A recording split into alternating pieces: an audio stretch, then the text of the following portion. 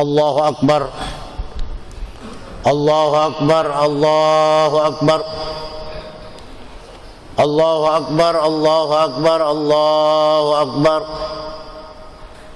Allahu Akbar, Allahu Akbar, Allahu Akbar. La ilaha illallah, Allahu Akbar, Allahu Akbar, walillahil hamd. Allahu Akbar kabira, walhamdulillahi katsira, wa subhanallahi bukratan wa asila. La ilaha illallah wa la na'budu illa iyyah, mukhlisina lahuddin walau karihal kafirun. La ilaha illallah wahdah, sadaqa wa'dah wa nasara 'abdah wa a'azza jundahu wa hazama al-ahzaba wahdah. La ilaha illallah wallahu akbar, Allahu akbar, walillahil hamd. Alhamdulillah, alhamdulillahilladzi ja'ala hadzal 'ida mawsiman lil khairat. Asyhadu an la ilaha illallah wahdahu la syarika lah, rabbul ardi was samawat. Wa asyhadu anna sayyidana wa nabiyyana Muhammadan abduhu wa rasuluh wa habibuhu wa khaliluh wa safiyuhu wa najiyuhu afdalul makhluqat.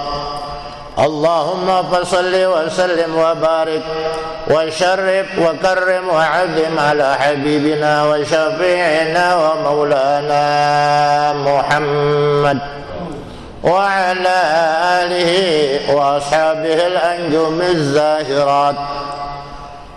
Amma ba'du, faya ibadallah, usikum wa iyaya bitaqwallah wa ta'atihi la'allakum tuflihun. Qala Allah ta'ala fil Qur'anil Karim wa huwa asdaqul qailin. A'udzu billahi minasy syaithanir rajim. Ya ayyuhalladzina amanu taqullaha wa qulu qawlan sadida yuslih lakum a'malakum wa yaghfir lakum dhunubakum wa may yuti'illaha wa rasulahu faqad faza fawzan 'azima. Hadirin hadirat, aidin aidat jamaah salat Idul Adha yang dirahmati Allah Subhanahu wa ta'ala. Wajib bagi kita untuk bersyukur atas segala nikmat yang telah Allah berikan kepada kita, sehingga pada pagi hari ini kita dapat meringankan langkah kita, meringankan pikiran dan gerak kita untuk memenuhi panggilan Allah, mensyiarkan agama Allah. Allah mengatakan, wa may yu'azzim sya'airallah wa innaha min taqwal qulub. Siapa yang mengagungkan syiar-syiar agama Allah, itulah tandanya orang-orang yang bertakwa kepada Allah Subhanahu wa ta'ala. Semoga ibadah yang telah kita lakukan dari mulai 1 Dzulhijjah sampai kemarin tanggal 9 Dzulhijjah, yang wajib maupun yang sunnah, akan diterima oleh Allah Subhanahu wa ta'ala. Amin ya rabbal alamin. Hadirin hadirat rahimakumullah, hari ini kita sama-sama merayakan Idul Adha. Kembali kita mengenang peristiwa herois yang dilakukan oleh keluarga kecil, yaitu Nabi Allah Ibrahim dan istrinya Siti Hajar serta putranya Nabi Allah Ismail alaihi wassalatu wassalam. Banyak orang salah persepsi, saudara. Dianggapnya lebaran haji itu adalah lebarannya Pak Haji. Jadi yang belum pergi haji nggak punya hak untuk melaksanakan Idul Adha atau merayakan hari raya Idul Adha. Dinamakan hari raya ini adalah lebaran haji berkenaan dengan umat Islam sedang melakukan ibadah haji. Dinamakan juga Idul Akbar. Sebab inilah hari raya terbesar bagi umat Islam dari segala macam hari raya yang ada. Takbirnya saja dari subuh hari Arafah sampai nanti tanggal 13 Ayyamut Tasyrik. Begitu agungnya, makanya dikatakan Idul Akbar. Ada lagi namanya Idul Nahar. Artinya apa? Hari pemotongan. Pemotongan hewan korban yang dikorbankan oleh sebagian umat Islam yang merasa punya kelebihan harta.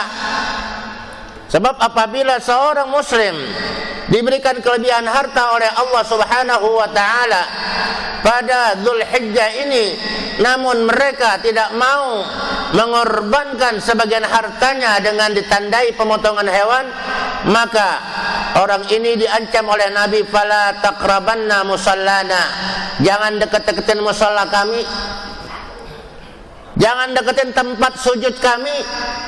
Kenapa? Berarti orang ini pelit, tidak mau bersyukur kepada Allah Subhanahu wa taala. Jadi jelas sekarang bahwa hari raya Idul Adha atau dikatakan lebaran haji bukan hanya milik bapak-bapak dan ibu-ibu haji. Siapapun yang namanya muslim berhak untuk merayakan Idul Adha. Sebab masih ada. Tenang-tenang aja kalau ditanya, ayo lebaran, ini kan lebarannya Pak Haji. Salah. Tidak ada kaitannya dengan Pak Haji atau Bu Haji. Kebetulan bersamaan dengan pelaksanaan ibadah haji. Kemudian dari itu saudara, setiap kita merayakan Idul Adha, kita tidak lepas daripada mengingat kembali, mengenang kembali peristiwa herois yang begitu berani dilakukan oleh keluarga kecil Nabi Allah Ibrahim, istrinya Siti Hajar dan putranya Nabi Allah Ismail. Perlu saya jelaskan bahwa Nabi Ibrahim alaihissalam sudah sekian lama beliau menikah dengan Siti Sarah, namun puluhan tahun belum dikaruniai anak.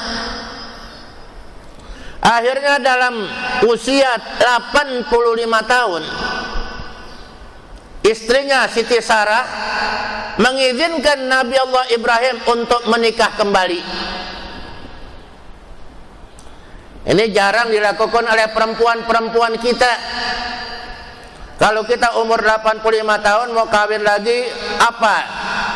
Ganjen amat. Umur udah tua, udah pakai kacamata, rambut udah beruban, masih mau kawin lagi. Ingat mati. Tuh kalau kita sekarang. Tapi tidak begitu dengan Siti Sarah. Dia sadar bahwa orang berumah tangga ingin mendapatkan keturunan, apalagi keturunan yang soleh dan salihah. Diizinkanlah dalam usia 85 tahun Siti Sarah mengizinkan Nabi Allah Ibrahim untuk menikah kembali. Dengan siapa beliau menikah? Dengan istri keduanya, hadiah dari seorang raja, seorang perempuan, seorang ibu yang memang bukan pelayan, bukan budak sebagaimana yang dituduhkan oleh orang-orang Nasrani, tapi beliau adalah merupakan kepala rumah tangga di kerajaan, ahli masak memasak. Hadiahnya diberikan ketika Nabi Ibrahim safari dakwah keliling negara, diberikanlah hadiah. Itulah Siti Hajar, yang akhirnya dipersunting dinikahkan oleh Nabi Allah Ibrahim. Dalam usia 100 tahun Nabi Ibrahim baru ada tanda-tanda kehamilan istrinya yang bernama Siti Hajar. Sebulan, 2 bulan, lama-lama istri tua makin sebel. Kenapa gua yang nikah duluan tapi gak nikah hamil-hamil? Ini kok manjur amat? Udah langsung hamil walaupun 14 tahun, ya, kurang lebih 14 tahun, umur 100 tahun baru mengandung. Kalau kita di Condet ini umur 100 tahun, bini baru ngandung, heboh. Kenapa? Itu laki tajam amat, udah tua-tua tapi masih bisa menghamili istrinya. Inilah karunia Allah Subhanahu wa ta'ala, pelajaran buat kita. Kalau Allah belum kasih, tetap aja nggak bakal ada, tetap aja nggak bakal terjadi. Nah, ketika usia kandungannya udah tua, ini si Sarah makin lama makin sebel ngelihat istri mudanya, melihat saingannya, melihat madunya. Dikatakan, wahai Ibrahim, silahkan engkau keluar dari tempat ini, cari tempat yang aman. Aku tidak mau melihat, aku tidak mau hidup bersama-sama istri mudamu itu. Jadi nggak usah heran kalau zaman sekarang ini istri tua sama istri muda nggak pernah akur. Emang dari dulunya seperti itu, ada ikutannya. Jadi nggak usah heran. Nabi Ibrahim membawalah istri yang sedang mengandung tua, dibawa kemana? Allah gambarkan dalam Al-Quran, surat Ibrahim ayat 37. Rabbana inni askantu min dzurriyyati biwadin ghairi dzi zar'in inda baitikal muharram. Rabbana liyuqimus shalah waj'al af'idatan nas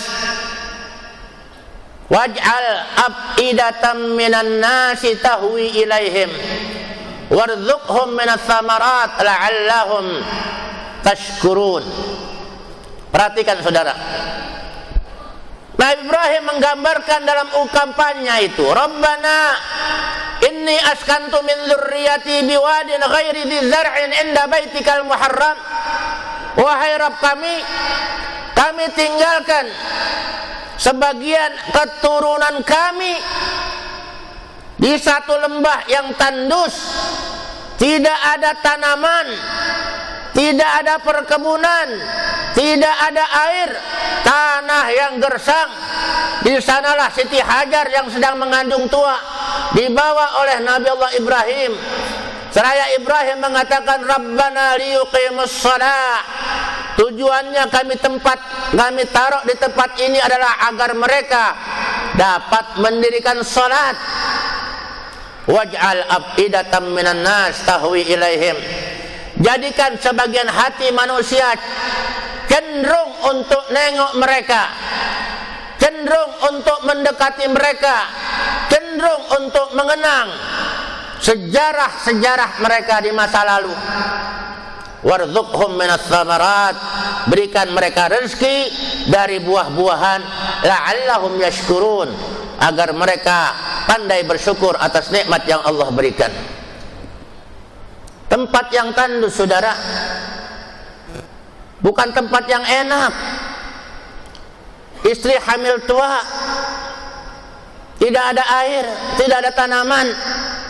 Disinilah tentang kekuatan akidah Nabi Allah Ibrahim alaihissalam. Bukan cari villa yang bagus, bukan dicari tempat yang rindang, tempat yang subur, tapi di sini tantangannya ditaruh di tempat yang tandus. Kemudian untuk apa? Untuk mendirikan sholat. Makanya sini cikal bakal terjadinya Masjidil Haram yang didatangi oleh semua umat manusia dari seluruh dunia, berkumpul di Masjidil Haram Ini doa Nabi Allah Ibrahim, waj'al afidatam minan nas tahwi ilaihim, supaya sebagian manusia mereka berdatangan untuk melihat sejarah, mengenang kembali peristiwa-peristiwa yang dilakukan oleh manusia-manusia mulia, yaitu dengan pelaksanaan ibadah haji. Warzuqhum minas samarat. Anehnya di kota Mekah, anehnya di kota Madinah, pohon nggak ada tapi buah-buahan cukup, saudara. Anggur ada, walaupun didatangkan dari Australia. Pisang ada, walaupun didatangkan dari Argentina. Apel ada, walaupun didatangkan dari Amerika. Bahkan pete dan jengkol juga ada sekarang di Mekah. Pohonnya nggak ada tapi buahnya ada. Ini doa Nabi Allah Ibrahim. Beliau tidak minta pohon yang rindang, tapi yang diminta Nabi Ibrahim, berikan mereka rezeki buah-buahan. Makanya buah-buahan melimpah, saudara. Jengkol, pete aja ada sekarang di Mekah ini. Berkah. Supaya apa? La'allahum yashkurun, supaya mereka bersyukur. Tempat yang tandus tapi menjadi tempat yang berkah. Rabbana inni askantu min dzurriyyati biwadin ghairi dzi zar'in inda baitikal muharram. Tanahnya tanah haram, jadilah sekarang Masjidil Haram, ada tanah halal, ada tanah haram.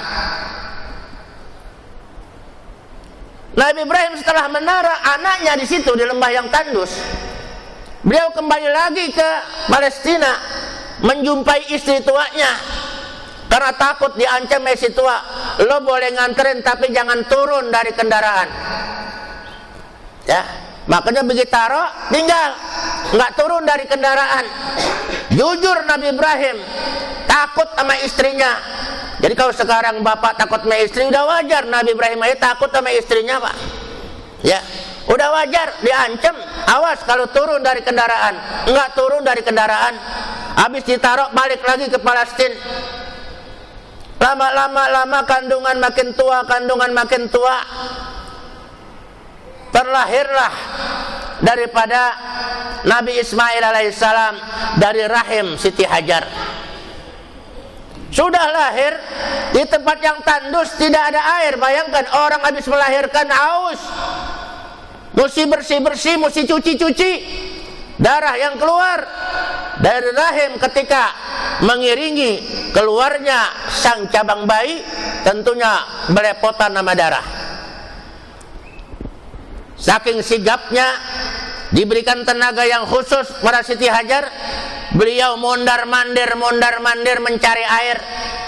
Itulah sekarang diabadikan menjadi ibadah sa'i.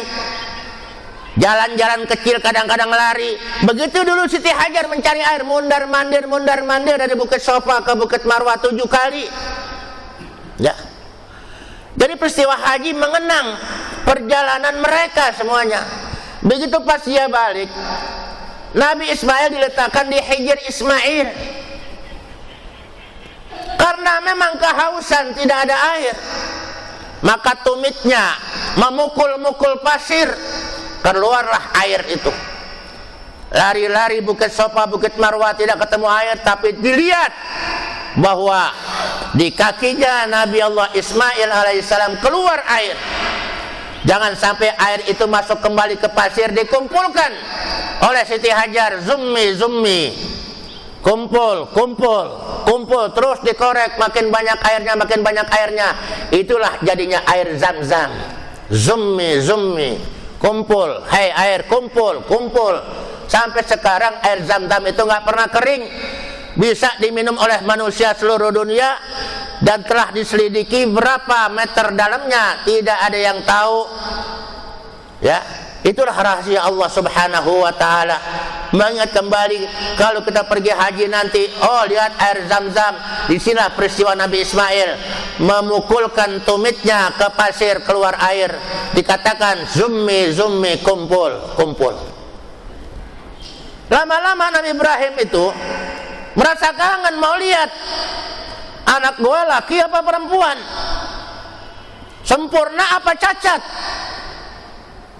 Izinlah kepada istrinya Siti Sarah Aku akan menengok istri dan anakku yang aku tinggal di tempat yang tandus. Silakan, tapi dengan catatan tidak boleh turun dari kendaraan. Bayangkan, diancam mau ketemu bini, diancam nggak boleh turun dari kendaraan. Datanglah Nabi Ibrahim alaihissalam di atas kendaraannya, di atas kudanya atau di atas ontaknya, ya. Setelah dilihat seorang perempuan membawa bayi, hampir-hampir dia tidak kenali bahwa itu istrinya. Dia mau turun, kaget karena kangennya, karena sangat rindunya. Dia ingat janjinya dengan istri tuanya, nggak berani. Dia hanya membungkukkan badannya. Dia peluk tuh sambil berada di atas kendaraannya, dipeluk istrinya, dipeluk anaknya. Setelah yang satu sebelah kanan peluk istrinya, ambil lagi yang satu sebelah kiri. Dengan apa caranya? Sedangkan anak kecil tidak sampai Nabi Ibrahim jangkauannya. Diambillah batu, diletakkan di sebelah kiri kendaraan Nabi Allah Ibrahim, diinjak oleh Nabi Allah Ibrahim. Itulah yang diabadikan menjadi maqam Ibrahim, maqamu Ibrahim, tempat berdirinya Nabi Allah Ibrahim. Ya, begitulah perjuangannya. Anak yang didambakan, jauh jaraknya antara Nabi Ismail dengan Nabi Allah Ishak 14 tahun. Ya. Kelahirannya Nabi Ishak setelah 14 tahun usia daripada Nabi Allah Ismail alaihissalam. Nah, saking asik-asiknya dirawat anaknya, usianya sudah masuk sekitar 10 sampai 11 tahun. Dicoba oleh Allah Subhanahu wa taala. Anak yang sangat disayanginya diperintahkan Allah untuk disembelih melalui mimpinya, saudara. Dalam surat As-Saff 102 dijelaskan oleh Allah Subhanahu wa taala, "Falamma balagha ma'ahu sa'ya qala ya bunayya inni ara fil manam anni adbahuk fanzur madza tara." Qala ya abati if'al ma tu'mar satajiduni insyaallahu minas sabirin. Ketika anaknya Nabi Ibrahim yang bernama Nabi Allah Ismail alaihissalam sudah mulai beranjak dewasa, sedang lucu-lucunya, orang kita bilang sangat bikin orang itu merasa kagum, merasa rindu, merasa ingin memeluk. Tapi di sini perintah Allah Subhanahu wa taala datang. Falamma balagha ma'ahu sa'ya qala ya bunayya inni ara fil manam anni adbahuk. Wahai anakku, sungguhnya aku mimpi engkau bahwa aku menyembelih dirimu. Pertama, Nabi Allah Ibrahim dimimpikan oleh Allah menyembelih Ismail pada malam ke-8. Dia berpikir-pikir, apakah ini minallah atau minasyaitan? Masa seorang bapak disuruh motong anaknya? Jangan-jangan ini dari setan ataukah dari Allah Subhanahu wa taala? Nah, keraguan itu membuat Nabi Ibrahim berpikir, itulah yang dinamakan hari Tarwiyah, hari ke-8. Besokannya mimpi lagi. Setelah mimpi lagi dengan mimpi yang lebih kuat, baru Nabi Ibrahim mengatakan, ya Rabb, inni qad araftu. Sekarang aku udah tahu bahwa ini adalah perintahmu. Makanya hari 9 dikatakan hari Arafah. Tanggal 9 itu hari Arafah. Baru hari ke-10-nya pelaksanaan korban. Pada tanggal 10-nya itu yang dikatakan Yaumul Udhiyah atau Yaumun Nahar, hari pengorbanan Nabi Allah Ismail alaihissalam. Makanya ketika Ibrahim menyampaikan hal pribadinya tentang mimpinya bahwa dia menyembelih anaknya, ditanyakan kepada anaknya, ya bunayya inni ara fil manam anni adbahuk fanzur madza tara. Bagaimana pendapatmu nak tentang mimpiku ini? Ini pelajaran buat kita, Bapak Saudara sekalian. Walaupun Nabi Ibrahim sebagai seorang ayah bisa saja menentukan putih hitamnya, tapi Nabi Ibrahim masih minta pertanyaan, masih bertanya, minta pendapat anaknya, walaupun ini perintah dari Allah Subhanahu wa taala. Pelajaran buat kita, jangan mentang-mentang kita tua nggak pernah kita ajak musyawarah kepada anak muda. Ajak anak muda bicara, walaupun ini adalah perintah dari Allah Subhanahu wa taala. Fanzur madza tara, bagaimana pendapatmu tentang mimpiku ini? Apa Nabi Ibrahim mendapat jawaban dari putranya Nabi Allah Ismail? Ya abati fa'al ma tu'mar. Hei ayah, silakan lakukan apa yang telah Allah perintahkan kepadamu. Satajiduni insyaallahu minas sabirin.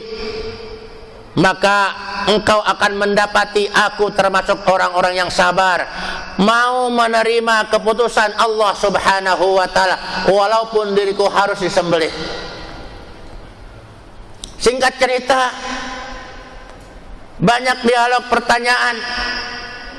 Diujilah pertama Nabi Allah Ibrahim, diuji bagaimana mungkin seorang bapak kok tega-teganya menyembelih anaknya. Itu adalah godaan setan, bukan perintah Allah Subhanahu wa taala. Maka Nabi Ibrahim serentak mengambil batu, dilemparkan kepada setan itu. Itulah terjadi jumrah Aqabah. Ujian pertama Nabi Ibrahim diuji oleh Allah, digoda oleh setan bahwa mimpinya itu bohong, adalah dari setan. Maka setan dilempar dengan 7 butir batu. Itulah melaksanakan ibadah haji, dikatakan dengan jumrah Aqabah. Baru anaknya, kau jangan mau, bapakmu tega, bapakmu tuh udah gila, kamu tuh anak satu-satunya yang didambakan oleh bapakmu, kenapa engkau mau dipotong? Itu bukan dari Allah, itu dari setan. Maka Nabi Ismail pun ambil 7 butir batu, dilemparlah kembali. Jadi pertama orang pergi haji jumrah Aqabah dulu, besokannya baru jumrah ula, usta dan Aqabah. Ini perjalanan godaan setan untuk menggagalkan peristiwa pemotongan daripada Nabi Allah Ismail alaihissalam. Singkat ceritanya, Nabi Ismail minta pisau yang sangat tajam, tolong ikat tubuh saya, jangan sampai aku berontak. Tutupi muka saya, jangan sampai engkau melihat engkau sedih ketika memotong aku. Cepat segerakan, maka serahkan baju yang bekas aku pakai ini, serahkan kepada ibuku agar menjadi kenang-kenangan kalau anaknya adalah telah berjuang mengorbankan dirinya atas perintah Allah Subhanahu wa taala. Setelah Nabi Ibrahim memiringkan, merebahkan daripada tubuhnya Nabi Allah Ismail alaihissalam, Jibril teriak, Allahu Akbar, Allahu Akbar, Allahu Akbar. Nabi Ibrahim menyaut, Allahu Akbar kabira walhamdulillahi katsira wa subhanallahi bukratan wa asila, dan seterusnya. Nabi Ismail langsung menyaut, la ilaha illallah wallahu akbar, Allahu akbar walillahil hamd. Kenapa?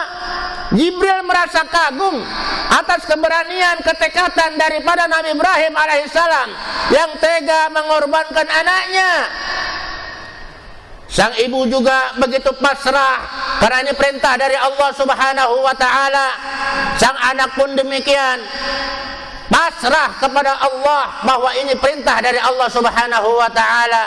Maka dikumandangkan kalimat takbir selama beberapa hari sampai ayyamut tasyrik, hari pengorbanan itu kita agungkan dengan mengucapkan takbir, Allahu Akbar, Allahu Akbar, Allahu Akbar walillahil hamd. Subhanallah. Inilah perjalanan yang sangat hebat, saudara. Coba kalau ini tidak disegerakan oleh Allah Subhanahu wa taala, wa fadainahu bidzibhin azim. Cepat malaikat Jibril lari terbang ke atas surga, mengambil seekor binatang kibas, domba yang sangat besar. Secepat itu digantikan kepada tubuhnya Nabi Allah Ismail alaihissalam, maka tidak akan terjadi pemotongan itu apabila tidak dijaga oleh Allah Subhanahu wa taala. Digantikanlah tubuh Ismail dengan seekor kibas yang besar. Bagaimana jadinya saudara? Kalau seandainya Allah biarkan itu terjadi, mungkin tiap tahun kita harus menyembelih anak kita. Kalau anak kita baik-baik sayang rasanya, kalau anak kita sebel-sebel gua potong sekalian. Ya, mungkin kita seperti itu. Untungnya hikmah Allah Subhanahu wa taala menggantikan wa fadainahu bidzibhin azim. Allah gantikan sebagai tebusannya dengan domba yang sangat besar. Inilah perlunya perjalanan ibadah kita. Oleh karena itu, bagi yang punya harta, silakan, masih ada waktu 3 hari, korbankan sebagian harta kita. Potonglah seekor kambing. Ya, kalau kita tidak ada, potonglah seekor kambing saudara. Untuk apa? Jangan sampai kita dicatat Allah sebagai orang-orang yang tidak pandai bersyukur kepadanya. Disinilah, kalau kita mau mengikuti perintah Allah Subhanahu wa taala, perhatikan surat Al-Kautsar. Inna a'tainakal kautsar fasholli li rabbika wanhar inna syani'aka huwal abtar. Sesungguhnya kami telah memberikan engkau anugerah yang sangat besar. Anugerah yang Allah berikan kepada kita umat Islam begitu besar, tidak bisa dinilai dengan harta dunia. Termasuk kita jadi orang Islam, nikmat yang besar. Jadi orang beriman, nikmat yang besar. Menjadi hamba-hamba Allah, nikmat yang besar. Menjadi pengikut umat Nabi Muhammad adalah nikmat yang besar juga saudara. Para nabi dulu ingin menjadi umatnya Nabi Muhammad. Kita sekarang udah jadi umatnya Nabi Muhammad tanpa kita minta, tapi tidak pernah kita bersyukur atas segala nikmat yang Allah berikan kepada kita. Makanya inna a'tainakal kautsar fasholli li rabbika wanhar. Kalau kita udah merenung bahwa nikmat yang Allah berikan begitu banyak, tidak bisa dihitung nikmatnya, coba kita hitung saudara sekalian. Dari mulai tadi melek mata sampai sekarang udah berapa kali hembusan napas yang kita hisap. Berapa warna pandangan kita sekali kita melepas pandangan. Berapa suara yang bisa kita dengar sekali kita mendengarkan suara. Tidak bisa kita hitung satu persatu. Wa in ta'uddu ni'matallahi la tuhsuha. Jangan kita lagi enak, makan nikmat, duit banyak, isi cantik, ATM di mana-mana ada. Wah, itu nikmat. Bukan, itu belum sampai nikmat saudara. Kalau kita dikasih penyakit asam urat, kolesterol dan diabetes, nggak bisa ngapa-ngapain. Biar duit banyak kagak bisa makan enak, biar isi cantik kagak bisa ngelonin. Kenapa? Allah kasih penyakit. Penyakit itu kalau hilang, kalau kita sehat dan lapar, baru semua serba nikmat. Ya. Jadi kalau kita udah tahu bahwa Allah memberikan nikmat yang banyak kepada kita, fasholli li rabbika wanhar. Tafsirnya fasholli wanhar li rabbik. Salatlah dan berkorbanlah semata-mata karena Allah. Bukan karena kita panitia korban, bukan karena kita ingin jadi orang kaya, bukan karena ingin adanya pilpres, adanya pilkada dan lain-lain, tapi kita ikhlas berkorban karena Allah Subhanahu wa taala. Sebab yang diterima Allah bukan darahnya, bukan dagingnya, tapi yang diterima Allah adalah berdasarkan ketakwaannya kepada Allah Subhanahu wa taala. La yanalallaha luhumuha wala dima'uha walakin yanaluhu taqwa minkum. Berkorbanlah, salat dan berkorban ini perintah Allah sebagai tanda syukur kita kepada Allah.